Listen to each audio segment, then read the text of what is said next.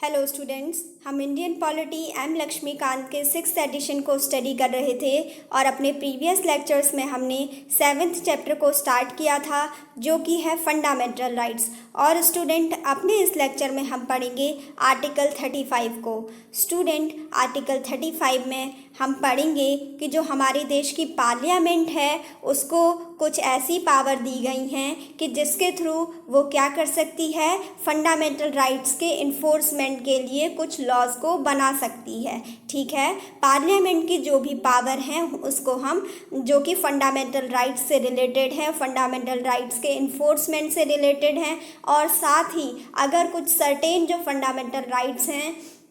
अगर उनका वायलेशन किया जाता है तो उसके पनिशमेंट से रिलेटेड जो भी प्रोविज़न है उनको बनाने की जो पावर है वो भी पार्लियामेंट को दी गई है अंडर आर्टिकल 35। और स्टूडेंट अपने इस लेक्चर में हम बेसिकली पार्लियामेंट के द्वारा बनाए गए जो प्रोविज़न है उनके बारे में स्टडी करेंगे जो कि फंडामेंटल राइट को इफ़ेक्ट करते हैं, उस पर अपना प्रभाव डालते हैं। इसीलिए इसका जो टॉपिक है इसका नाम क्या है, affecting certain fundamental rights. Student ये जो क्या है आर्टिकल 35 है, इसमें क्या है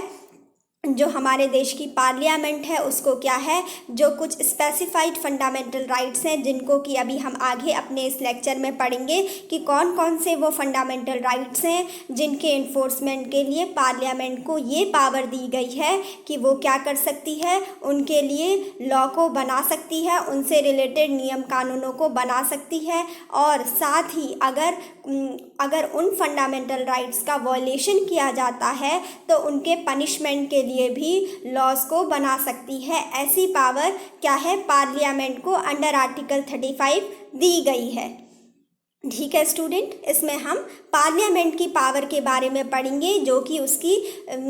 लॉ मेकिंग पावर है, किससे रिलेटेड, फंडामेंटल राइट से रिलेटेड। तो स्टूडेंट क्या है कि इससे क्या हो रहे हैं, फंडामेंटल राइट्स इफेक्ट हो रहे हैं, उनका क्या है इन्फोर्समेंट करने के लिए जो लॉज बनाने की पावर है वो किसको दी गई है, पार्लियामेंट को दी गई है। और साथ ही अगर क्या है फंडामेंटल राइट्स का वायलेशन होता है तो उसके पनिशमेंट के लिए भी जो प्रोविज़न बनाने हैं, जो लॉज बनाने हैं, उसकी पावर भी किसको दी गई है, पार्लियामेंट को दी गई है। जबकि स्टूडेंट ये पावर क्या है, स्टेट लेजिस्लेचर को नहीं दी गई है। ऐसा इसलिए नहीं किया गया है स्टूडेंट क्योंकि क्या है हर स्टेट में क्या है अपनी स्टेट लेजिस्लेचर होती है और वहाँ की अपनी प्रॉब्लम्स होती हैं, अपनी सोशल कंडीशंस होती हैं और अपनी सिचुएशंस होती हैं। लेकिन स्टूडेंट क्या है, अगर क्या होगा जब स्टेट लेजिस्लेचर अगर कोई भी लॉज को बनाती है फंडामेंटल राइट्स के इन्फोर्समेंट्स के रिगार्डिंग, तो क्या हो जाएगा, वो क्या कर सकती है कि ऐसे प्रोविजंस के लिए ही लॉ बना सकती है जो कि केवल उसके स्टेट के पक्ष में ही अच्छे हों, लेकिन दूसरे स्टेट को क्या हो उससे कोई क्या हो ज़्यादा लाभ ना हो, और क्या हो उससे क्या हो दूसरे स्टेट के लोगों को बेनिफिट ना मिल रहा हो। तो स्टूडेंट इसीलिए पार्लियामेंट को ये पावर दी गई क्योंकि जो पार्लियामेंट है वो सेंट्रल लेवल पे काम करती है इंडिया में, और उससे क्या होगा उसके जो लॉज हैं वो इंडिया की पूरी टेरिटरी में क्या होंगे, फॉलो किए जा सकते हैं, जिससे कि क्या होगा फंडामेंटल राइट्स का इन्फोर्समेंट, और साथ ही अगर कोई पर्सन फंडामेंटल राइट्स के जो लॉज हैं उनको क्या करता है, वायलेट करता है, या किसी पर्सन के फंडामेंटल राइट को वायलेट करता है तो क्या होगा उसके लिए पनिशमेंट के प्रोविज़न भी किसके द्वारा बनाए जाएंगे, पार्लियामेंट के द्वारा बनाए जाएंगे। क्योंकि स्टूडेंट स्टेट लेजिस्लेचर तो क्या है उनका जो वर्किंग फील्ड है वो तो अपने स्टेट तक ही होता है, जबकि जो पार्लियामेंट है वो क्या है उसकी जो टेरिटरी है वो क्या है ओवरऑल इंडिया है, पूरी ही टेरिटरी में उसका वर्किंग फील्ड है। तो इसीलिए क्या है ये पावर पार्लियामेंट को ही दी जाती है ताकि वो पार्लियामेंट के द्वारा बनाए गए जो सारे लॉज हैं वो पूरी कंट्री में यूनिफॉर्मली क्या हो सके, यूनिफॉर्मली उनको फॉलो किया जा सके। In this direction, Article 35 contains the following provisions. तो स्टूडेंट ये कहा गया है कि इसी चीज़ को आगे बढ़ाते हुए आर्टिकल 35 में कि पार्लियामेंट को क्या क्या पावर दिए गए हैं इन्फोर्समेंट, किसके इन्फोर्समेंट्स के रिगार्डिंग, फंडामेंटल राइट्स के इन्फोर्समेंट के रिगार्डिंग। तो उसको हम पढ़ेंगे, जिसमें कि पहला है कि the parliament shall have the legislature of the state shall not have power to make laws with respect to the following matters. Student पहले पॉइंट में ये बताया गया है कि जो हमारे देश की पार्लियामेंट है, ठीक है, और क्या है, उसके पास क्या क्या पावर है, किस किस मैटर में वो क्या बना सकती है, राइट्स को बना सकती है, किस किस मैटर में वो क्या कर सकती है, लॉज को बनाने की पावर उसके पास है। जबकि ये पावर क्या है, स्टेट लेजिस्लेचर को नहीं दी गई है, जैसा कि मैंने अभी आपको बताया। तो इसमें क्या है स्टूडेंट, इसमें हम पढ़ेंगे कि पार्लियामेंट को क्या है, अंडर आर्टिकल 16 जो क्लॉज 3 है उसमें, जैसा कि अपने प्रीवियस लेक्चर में भी हमने पढ़ा था कि जब हमने आर्टिकल 16 क्या था, आर्टिकल 16 था कि equality of opportunity in public employment. Article 16 क्या था, equality of opportunity in public employment, कि इंडिया के प्रत्येक सिटीज़न को क्या मिले, पब्लिक एम्प्लॉयमेंट में इक्वल अपॉर्चुनिटी प्रोवाइड कराई जाए, ठीक है, ये था आर्टिकल 16। तो स्टूडेंट लेकिन जो आर्टिकल 16 का क्लॉज 3 था उसमें भी हमने ये चीज़ पढ़ी थी कि उसमें क्या पढ़ा था कि उसमें पार्लियामेंट को ये राइट था कि पार्लियामेंट क्या कर सकती है, स्टेट में, किसी भी स्टेट में, किसी भी यूनियन टेरिटरी में, किसी भी लोकल अथॉरिटी में या फिर किसी भी अदर अथॉरिटी में क्या कर सकती है, किसी क्या है, किसी एम्प्लॉयमेंट में या किसी जॉब में या अपॉइंटमेंट में क्या कर सकती है, रेजिडेंस को एक कंडीशन बना सकती है, ठीक है, रेजिडेंस को एक कंडीशन बना सकती है, एम्प्लॉयमेंट के लिए उसको प्रेस्क्राइब कर सकती है। ये हमारे क्या है, आर्टिकल 16 के क्लॉज 3 में ये प्रोविज़न किया गया है। तो स्टूडेंट आपने क्या देख लिया कि फंडामेंटल राइट से रिलेटेड क्या है, एक पावर यहाँ पे इफ़ेक्ट हो रही है जो कि क्या है, फंडामेंटल राइट के प्रोविज़नों को इफ़ेक्ट कर रही है, जो कि क्या है, आर्टिकल 16 क्लॉज 3 में है। वैसे तो क्या है, ये राइट क्या होना चाहिए, स्टेट के पास होना चाहिए, लेकिन ये राइट किसके पास है, पार्लियामेंट के पास है कि वो चाहें तो किसी भी स्टेट में, किसी भी यूनियन टेरिटरी में या फिर किसी भी लोकल अथॉरिटी में क्या कर सकती हैं, रेजिडेंस को एम्प्लॉयमेंट देने की, जॉब देने की या अपॉइंटमेंट देने की क्या है, एक कंडीशन के रूप में प्रिस्क्राइब कर सकती हैं। स्टूडेंट जैसा कि हमने जब आर्टिकल 16 को पढ़ा था तो उसमें हमने स्टडी किया था कि प्रेजेंट टाइम पे हमारे इंडिया में क्या है, केवल 2 ऐसे स्टेट हैं जहाँ पर कि क्या है, अभी रेजिडेंस के बेसिस पर जो सर्टेन एम्प्लॉयमेंट्स हैं, कुछ ऐसी जॉब हैं जिनको कि रिज़र्व किया गया है और जहाँ पर कुछ कंडीशन रखी गई हैं रेजिडेंस के बेसिस पर। तो 2 ऐसे स्टेट हैं, आंध्र प्रदेश और तेलंगाना, ठीक है। उसके अलावा क्या है, अभी कोई ऐसा स्पेसिफिक रेजिडेंस के बेसिस पर क्या है, एम्प्लॉयमेंट नहीं किया गया है। बस इन 2 स्टेट्स में क्या है, अभी भी वो प्रोविज़न चल रहा है।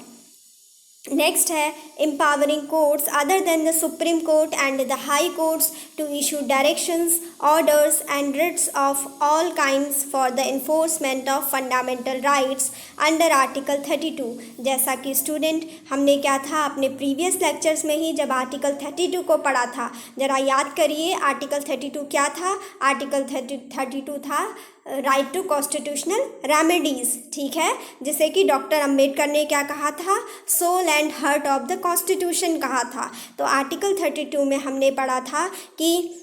उसमें भी आर्टिकल 32 के क्लॉज 3 में, ठीक है, ये जो पार्लियामेंट से रिलेटेड प्रोविज़न है वो आर्टिकल 32 के क्लॉज 3 में हम पढ़ते हैं। उसमें ये बताया गया था कि जो पार्लियामेंट है, पार्लियामेंट को ये पावर दी गई है कि वो क्या कर सकती है, रिट इशू करने की जो पावर है फंडामेंटल राइट्स के लिए, जो भी डायरेक्शन को इशू करने की पावर है, जो भी ऑर्डर्स देने की पावर है फंडामेंटल राइट्स के इन्फोर्समेंट के लिए, अभी तक तो वो किसके पास थी, सुप्रीम कोर्ट के पास है और हाई कोर्ट के पास है। लेकिन जो पार्लियामेंट है हमारे देश की, वो इस चीज़ के लिए एम्पावर्ड है, इस चीज़ के लिए वो ऑथराइज्ड है कि वो क्या कर सकती है, किसी भी अदर कोर्ट को, सुप्रीम कोर्ट और हाई कोर्ट को छोड़कर किसी भी अन्य कोर्ट को, किसी भी सबऑर्डिनेट कोर्ट को क्या कर सकती है,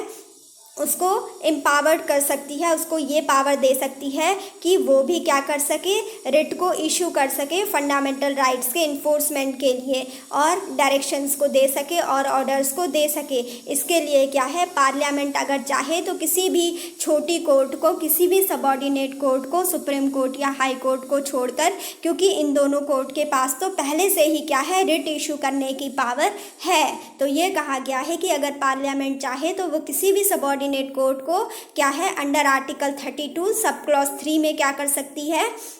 उनको इस चीज़ की पावर दे सकती है कि वो भी सुप्रीम कोर्ट और हाई कोर्ट की तरह क्या कर सकते हैं, फंडामेंटल राइट्स के इन्फोर्समेंट के लिए, ठीक है, क्या कर सकते हैं, डायरेक्शंस को इशू कर सकते हैं, ऑर्डर्स को इशू कर सकते हैं, और जो सभी प्रकार की रिट्स हैं उनको भी इशू किया जा सकता है।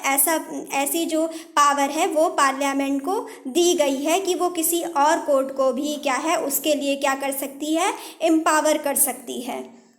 नेक्स्ट है स्टूडेंट कि क्या है, जो हमने आर्टिकल 33 पढ़ा था ये भी हमने पढ़ लिया है स्टूडेंट कि इसमें क्या होता है। आर्टिकल 33 किससे रिलेटेड था, ये था जो हमारी आर्म्ड फोर्सेस हैं, ठीक है, जो हमारी आर्म्ड फोर्सेस हैं, जो पैरामिलिट्री फोर्सेस हैं, जो पुलिस फोर्सेस हैं, और जो इंटेलिजेंस एजेंसीज हैं, ये सब किसके अंडर आती हैं, अंडर आर्टिकल 33 हम इनके बारे में स्टडी करते हैं। तो स्टूडेंट हमने क्या पढ़ा था आर्टिकल 33 में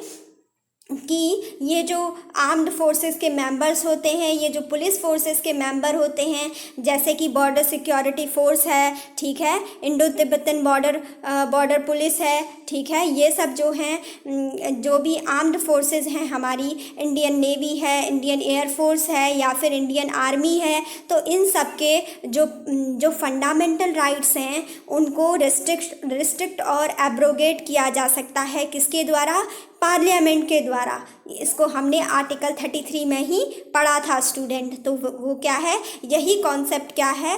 हम आर्टिकल 35 के अंडर पढ़ते हैं, जिसमें कि हम पढ़ते हैं कि पार्लियामेंट की कौन कौन सी ऐसी पावर है जो कि फंडामेंटल राइट्स के फंडामेंटल राइट्स को क्या कर रही हैं, उसको इफ़ेक्ट कर रही हैं,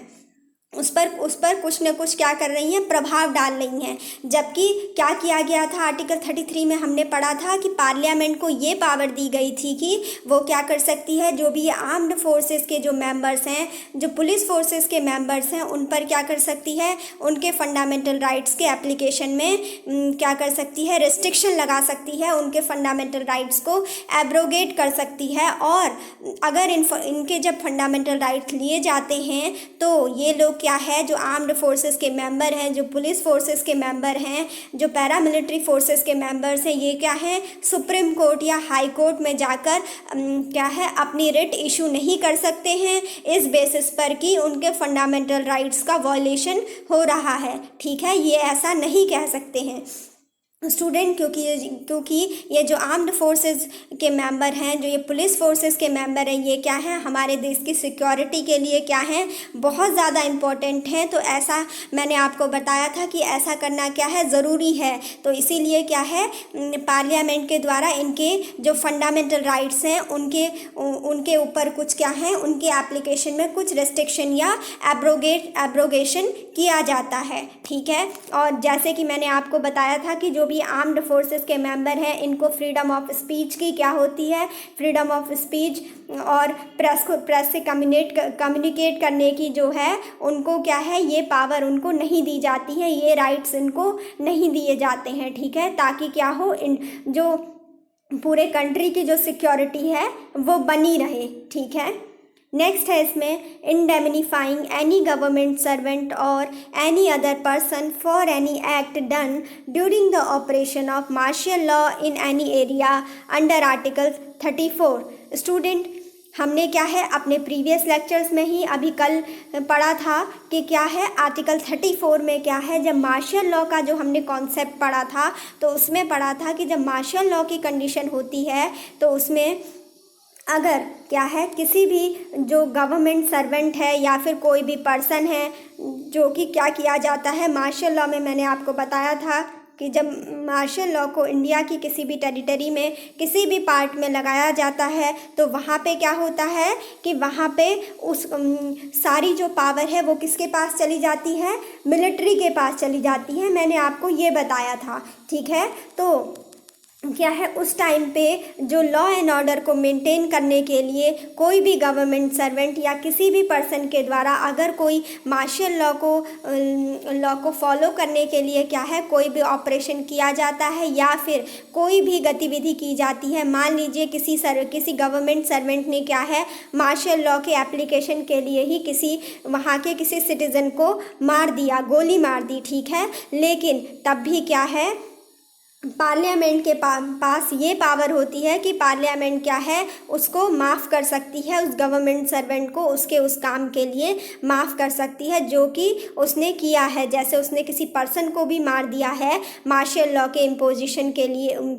के टाइम पे, तो क्या है तब भी क्या है उस गवर्नमेंट सर्वेंट को माफ़ कर दिया जाता है। या कोई भी पर्सन है जो कि वहाँ पर क्या है लॉ एंड ऑर्डर को मेंटेन करने का काम कर रहा हो तो क्या है पार्लियामेंट के द्वारा उसे क्षमा दे दी जाती है और उसके ऊपर कोई भी आगे की प्रोसीडिंग्स नहीं की जाती हैं, ये इसमें कहा गया है। और ये पावर किसके पास है, पार्लियामेंट के पास है। तो कोई भी पर्सन क्या है सुप्रीम कोर्ट नहीं जा सकता है कि क्या है कि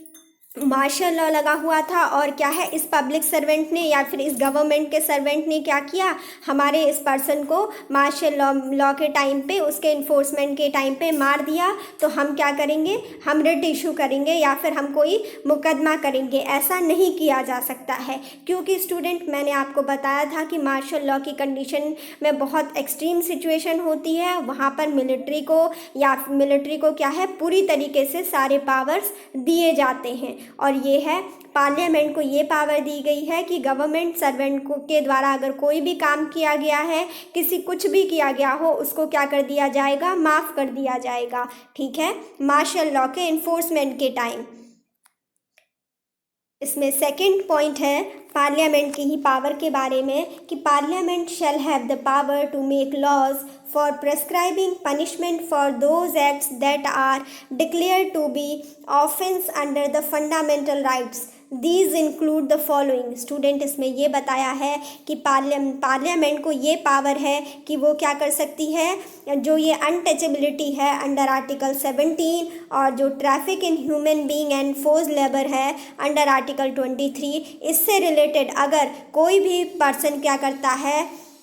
इन दोनों आर्टिकल के जो फंडामेंटल राइट्स हैं उनको क्या करता है, किसी भी पर्सन के फंडामेंटल राइट्स को वॉयलेट करता है या फिर अनटचेबिलिटी की प्रैक्टिस को वो क्या करता है प्रैक्टिस करता हुआ पाया गया, या फिर ट्रैफिक इन ह्यूमन बीइंग में पकड़ा गया कोई पर्सन, या फिर फोर्स लेबर में कोई पकड़ा गया, ठीक है, फोर्स लेबर की कंडीशन को इम्पोज करते हुए कोई पकड़ा गया, तो तब पार्लियामेंट के द्वारा क्या है उस पर्सन के लिए पनिशमेंट के लिए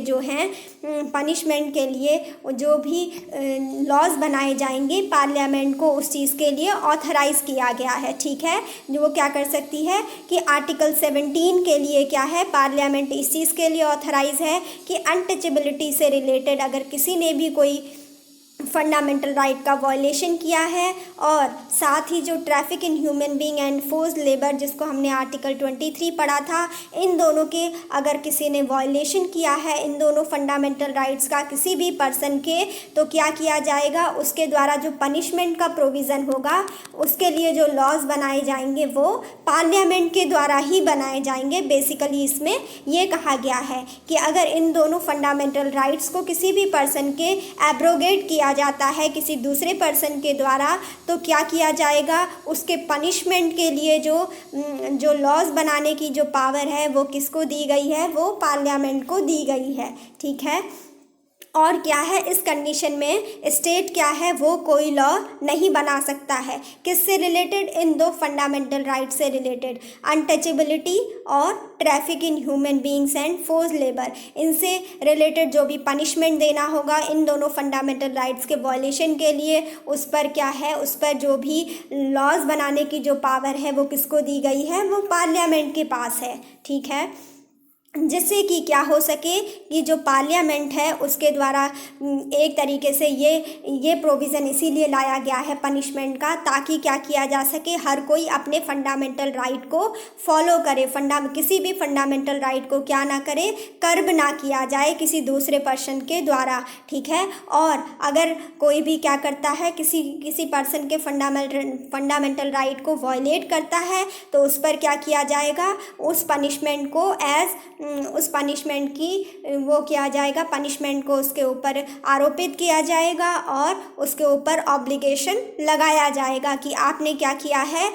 अंडर आर्टिकल 17 अनटचेबिलिटी की प्रैक्टिस को किया है, या फिर under article 23 traffic in human being and force labour की प्रैक्टिस में आप पकड़े गए हैं, तो आपके लिए क्या है, पनिशमेंट के प्रोविज़न पार्लियामेंट के द्वारा ही किए जाएंगे। उसके ऊपर क्या है, ऑब्लिगेशन क्रिएट किया जाएगा कि क्या है, आपको पनिशमेंट दिया जा रहा है, ठीक है। और वो पावर किसके पास है, पार्लियामेंट के पास है, जिससे कि वो पर्सन क्या है, इस चीज़ से क्या है, डरे कि वो इन प्रैक्टिस को, जो कि ये बहुत गलत प्रैक्टिस है, अनटचेबिलिटी की प्रैक्टिस है, या फिर फोर्स लेबर की प्रैक्टिस है, या फिर ट्रैफिक इन ह्यूमन बीइंग है, इनको ना करे दोबारा, ठीक है। नेक्स्ट है, any law in force at the commencement of the constitution with respect to any of the matters specified above is to continue in force until altered or repealed or amended by the parliament. Student basically ये जो third point है इसमें ये कहा गया है कि अगर क्या है, कोई भी लॉ क्या है तब से चला आ रहा है जब से कि क्या है, हमारे कॉन्स्टिट्यूशन का कमेंसमेंट हुआ है, तो कहा जा रहा है कि इनसे रिलेटेड, ठीक है, जो कि ये क्या है, ये दोनों फंडामेंटल राइट्स हैं जो कि अंडर आर्टिकल 17 है और अंडर आर्टिकल 23 है, जिसमें कि पार्लियामेंट को ऑथराइज किया गया है उसके पनिशमेंट के रिगार्डिंग जो भी लॉज बनाने हैं उससे रिलेटेड। और साथ ही ये कहा गया है कि कोई भी ऐसा लॉ है जो कि क्या है, अभी तक क्या है, उसको बनाया गया है और क्या है, वो अभी तक उसको कंटिन्यू, वो क्या है, उसको इनेक्ट किया जा रहा है और वो क्या है, फोर्स में भी है, तो कहा गया है कि उसको तब तक उसको नहीं बदला जा सकता है या तब तक चेंज नहीं किया जा सकता है, ठीक है, या उसको जब तक कि क्या हो, पार्लियामेंट ना चाहे, ठीक है। ये कहा गया है कि उसको अल्टर भी नहीं किया जा सकता है, उसको रिपील भी नहीं किया जा सकता है, उसको अमेंडमेंट भी नहीं किया जा सकता है, जब तक कि पार्लियामेंट ना चाहे, ठीक है। ये कहा गया है कि अगर कोई लॉ क्या है, संविधान की स्टार्टिंग से वैसा ही चलता आ रहा है और अभी तक फॉलो हो रहा है इन दोनों मैटर्स पर, जो कि हमने जिन पर कि पार्लियामेंट को पावर दी गई है इनके पनिशमेंट से रिलेटेड प्रोविज़न बनाने की, इनके लिए कहा गया है कि अगर कोई लॉ क्या है पहले से चला आ रहा है, जब से हमारे कॉन्स्टिट्यूशन का कमेंसमेंट हुआ है, तो वो क्या है, चलता ही रहेगा, कंटिन्यू इन फोर्स रहेगा, जब तक कि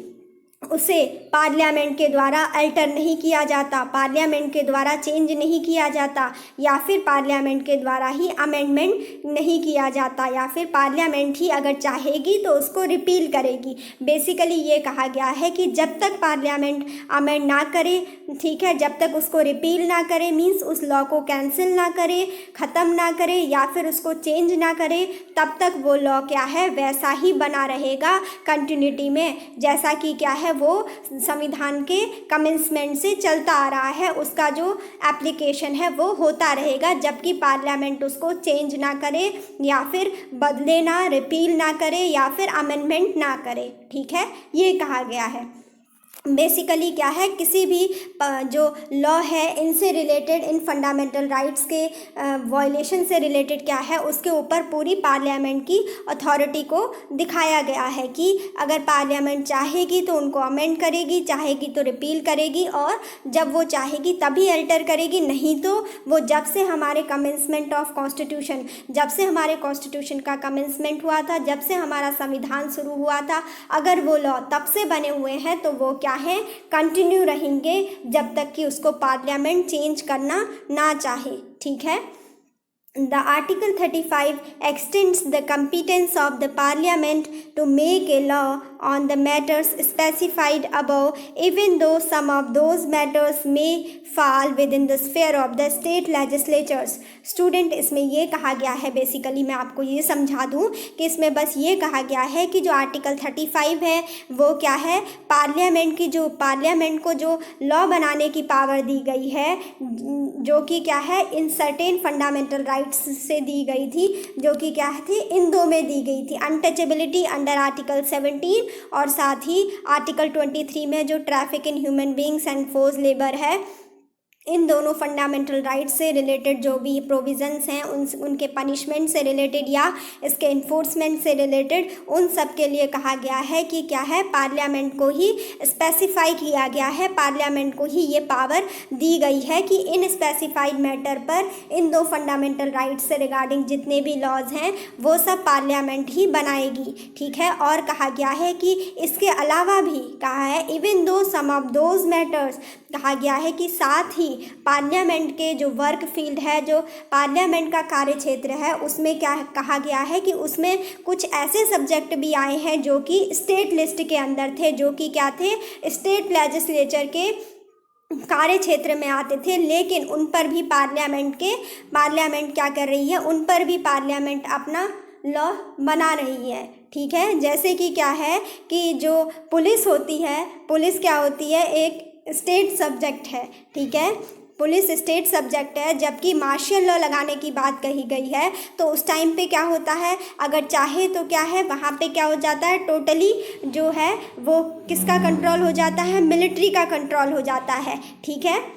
वहाँ पे स्टेट कुछ भी नहीं कर सकता। तो इसीलिए क्या है, फिर ये कहा जा रहा है कि मान लीजिए मार्शल लॉ में क्या कहा जाता है कि अगर मार्शल लॉ के एप्लीकेशन के टाइम पे जो अभी हमने पढ़ा था कि कोई भी गवर्नमेंट सर्वेंट, ये जो हमने पढ़ा था कि मार्शल लॉ के एप्लीकेशन के टाइम पे क्या है, कोई भी गवर्नमेंट सर्वेंट या कोई भी पर्सन वहाँ पे जो क्या करता है, लॉ एंड ऑर्डर को मेंटेन करने के लिए अगर उसके द्वारा कोई भी काम किया जाता है, कोई भी एक्ट किया जाता है, ठीक है, चाहे वो एक्ट क्या हो, कितना ही वॉयलेंट हो, तो उसको भी पार्लियामेंट के द्वारा क्या कर दिया जाता है, इंडेमनिफाई कर दिया जाता है, उसको भी क्या दे दी जाती है, क्षमा दे दी जाती है। ठीक है,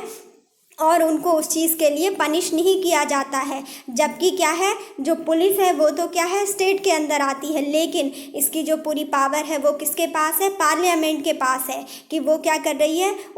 उनके उस काम के लिए भी सर्वेंट को, जो गवर्नमेंट सर्वेंट या कोई भी पर्सन है, उसके किसी भी काम के लिए, चाहे उसने क्या हो, किसी भी सिटीज़न को मार दिया हो वहाँ के, तब भी उसको क्या है, अगर वो सुप्रीम कोर्ट में जाता है तो तब उसको क्या होगा, वो रिट इशू कर ही नहीं सकता है इस रिगार्डिंग। ठीक है, लेकिन स्टूडेंट मैंने आपको क्या बताया था, एक पॉइंट ध्यान रखिएगा कि जब भी मार्शल लॉ लगता है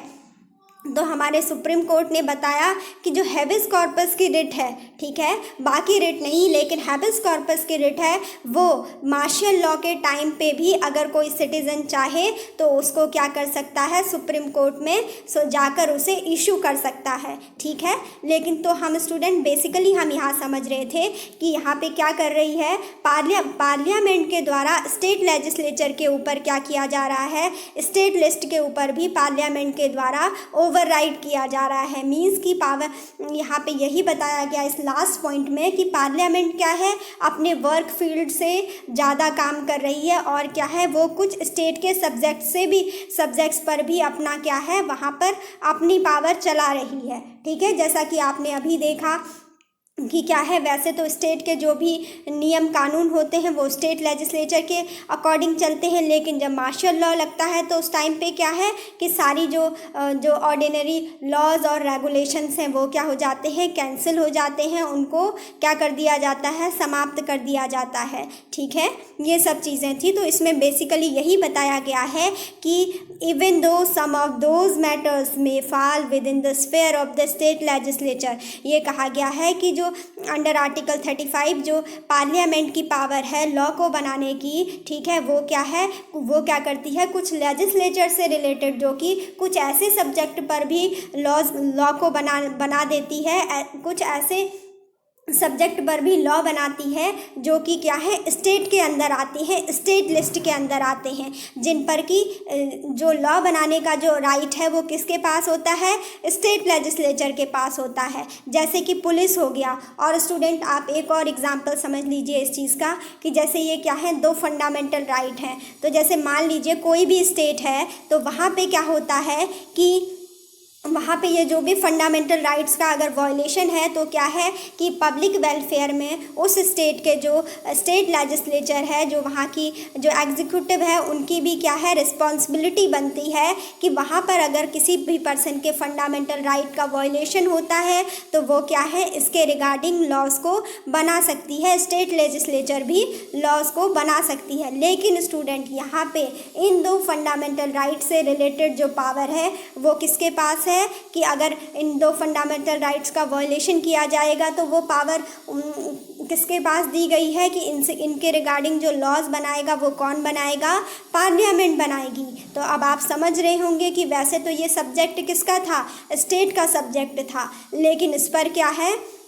पार्लियामेंट ने ओवरराइड कर लिया है। इसीलिए इसमें लास्ट सेंटेंस में जो लास्ट पॉइंट है यही समझाया गया है कि पार्लियामेंट का जो कार्य क्षेत्र है वो क्या है, बढ़ा दिया गया है, और ये क्या कर रही है, स्टेट लिस्ट में भी कुछ अपने लॉज को बना रही है। जबकि क्या है, स्टेट लिस्ट में जो लॉज को बनाने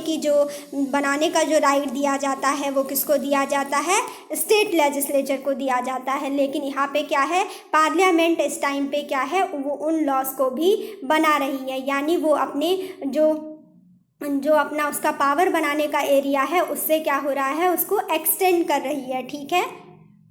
तो ये था स्टूडेंट हमारा आर्टिकल 35। आई होप स्टूडेंट कि आपको ये समझ आया हो। बेसिकली स्टूडेंट ये मैंने जो इमेज रखी है इसकी, वो यहाँ पे जो कवर पेज में वो पार्लियामेंट बेसिकली इसीलिए रखा है क्योंकि आप देख रहे होंगे कि आर्टिकल 35 में आपने पूरा का पूरा बस पार्लियामेंट की जितनी भी पावर हैं उनको पढ़ा। आपने इसमें सबसे पहले क्या पढ़ा कि इसमें क्या है, आर्टिकल 16 का जो क्लॉज 3 होता है, जिसमें कि पार्लियामेंट को ये पावर दी गई कि रेजिडेंस को क्या बना दिया जाए, रेजिडेंस को जॉब का या फिर अपॉइंटमेंट के लिए या फिर एम्प्लॉयमेंट में एक कंडीशन पार्लियामेंट के द्वारा बनाया जा सकता है। ये पावर किसके पास है, पार्लियामेंट के पास है। फिर हमने स्टूडेंट इस लेक्चर में पढ़ा कि जो आर्टिकल 32 है उसका जो क्लॉज 3 है उसमें भी क्या है, पार्लियामेंट को ये पावर दी गई है कि पार्लियामेंट क्या कर सकती है, सुप्रीम कोर्ट या हाई कोर्ट के अलावा किसी भी अदर कोर्ट को फंडामेंटल राइट्स के इन्फोर्समेंट के रिगार्डिंग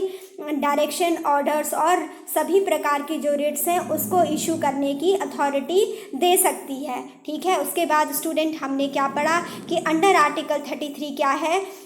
पार्लियामेंट को ये राइट होता है कि पार्लियामेंट क्या कर सकती है कि जो भी आर्म्ड फोर्सेस के मेंबर होते हैं, जो भी पुलिस फोर्सेस के मेंबर होते हैं, उनके फंडामेंटल राइट्स को क्या किया जाता है, पार्लियामेंट के द्वारा रेस्ट्रिक्ट किया जाता है, एब्रोगेट किया जाता है, और उनके फंडामेंटल राइट्स को काफ़ी हद तक क्या किया जाता है, कंट्रोल किया जाता है, रिस्ट्रिक्ट किया जाता है। ठीक है, फिर हमने पढ़ा था कि जो पार्लियामेंट है वो क्या करती है, मार्शल लॉ के एप्लीकेशन में भी क्या है, पार्लियामेंट के पास पावर रहती है कि वो क्या कर सकती है, किसी भी पब्लिक सर्वेंट को क्या कर सकती है, माफ़ कर सकती है उसके किसी भी काम के लिए जो कि उसने मार्शल लॉ के एप्लीकेशन के लिए किसी भी पर्टिकुलर एरिया में किया था। और इसको हमने अंडर आर्टिकल 34 स्टडी किया था। और नेक्स्ट स्टूडेंट हमने इसमें ये पढ़ा अपने लेक्चर में कि पार्लियामेंट के पास क्या पावर दी गई है कि जो आर्टिकल 17 है जो आर्टिकल 23 है, इसके अगर वायलेशन होगा इन दो फंडामेंटल राइट्स का, तो इसके पनिशमेंट से रिलेटेड जो भी प्रोविज़न है उसको बनाने की जो पावर होगी, उससे रिलेटेड जो लॉज को बनाने की पावर होगी वो पार्लियामेंट के पास होगी। ठीक है स्टूडेंट, और इसके बाद हमने पढ़ा कि ये क्या है, और कोई भी ऐसा लॉ जो कि क्या हो, commencement of the constitution means कि जब से कॉन्स्टिट्यूशन जो है एप्लीकेबल हुआ, जब से कॉन्स्टिट्यूशन अपने फंक्शन में आया, जब से क्या हुआ, इन्फोर्समेंट हुआ कॉन्स्टिट्यूशन का, तब से अगर कोई लॉ चलता आ रहा है मीन्स इन्फोर्स में है, एप्लीकेबल है, इन दोनों फंडामेंटल राइट्स के वायलेशन से रिलेटेड या इन्फोर्समेंट से रिलेटेड, तो क्या है वो वैसा ही चलता रहेगा, वो क्या रहेगा, कंटिन्यू इन फोर्स रहेगा। ठीक है, यानी वो कंटिन्यू रहेगा, वो प्रभावी बना रहेगा जब तक कि उसे पार्लियामेंट के द्वारा रिपील ना किया जाए, अमेंड ना किया जाए या बदला ना जाए, अल्टर ना किया जाए। और स्टूडेंट लास्ट में हमने इसमें लास्ट पॉइंट ये पढ़ा कि पार्लियामेंट क्या कर लेती है, अपने वर्क फील्ड के अलावा साथ ही साथ क्या है, कुछ स्टेट लेजिस्लेचर की भी ऐसे सब्जेक्ट हैं, कुछ स्टेट लिस्ट के भी ऐसे सब्जेक्ट हैं जिन पर कि वो क्या करती है, वो लॉज को बनाती है। ठीक है, जबकि क्या है, ऐसे सब्जेक्ट के ऊपर लॉज को भी बना देती है जो कि क्या है, स्टेट लिस्ट के अंदर आती हैं, और जिसके लिए जो ऑथराइज अथॉरिटी होती है वो कौन होती है, लॉज को बनाने की, वो स्टेट लेजिस्लेचर होती है। लेकिन पार्लियामेंट क्या करती है, अंडर आर्टिकल 35 अपने जो वर्किंग फील्ड है, अपना जो वर्किंग स्कोप है, उसको क्या करती है, एक्सटेंड कर देती है। ठीक है, तो ये था हमारा आर्टिकल 35 जो बेसिकली क्या है, पार्लियामेंट की जो पावर है उसको स्पेसिफाई करती है। ठीक है स्टूडेंट, और अब आपको अब समझ आ गया होगा कि ये जो इसका जो टॉपिक दिया गया है, इफेक्टिंग सर्टेन फंडामेंटल राइट्स, ये आर्टिकल 35 के लिए क्यों दिया गया है, क्योंकि आर्टिकल 35 में पार्लियामेंट क्या कर रहा है, लॉज बना रहा है, और उससे वो फंडामेंटल राइट्स के इन्फोर्समेंट को या फिर फंडामेंटल राइट्स के वायलेशन के लिए, पनिशमेंट के लिए प्रोविजंस को बना रहा है, और जिससे कि जो फंडामेंटल राइट्स हैं वो क्या हो रहे हैं, इफेक्ट हो रहे हैं। ठीक है स्टूडेंट, आई होप कि आपको समझ में आया हो। Thanks for watching.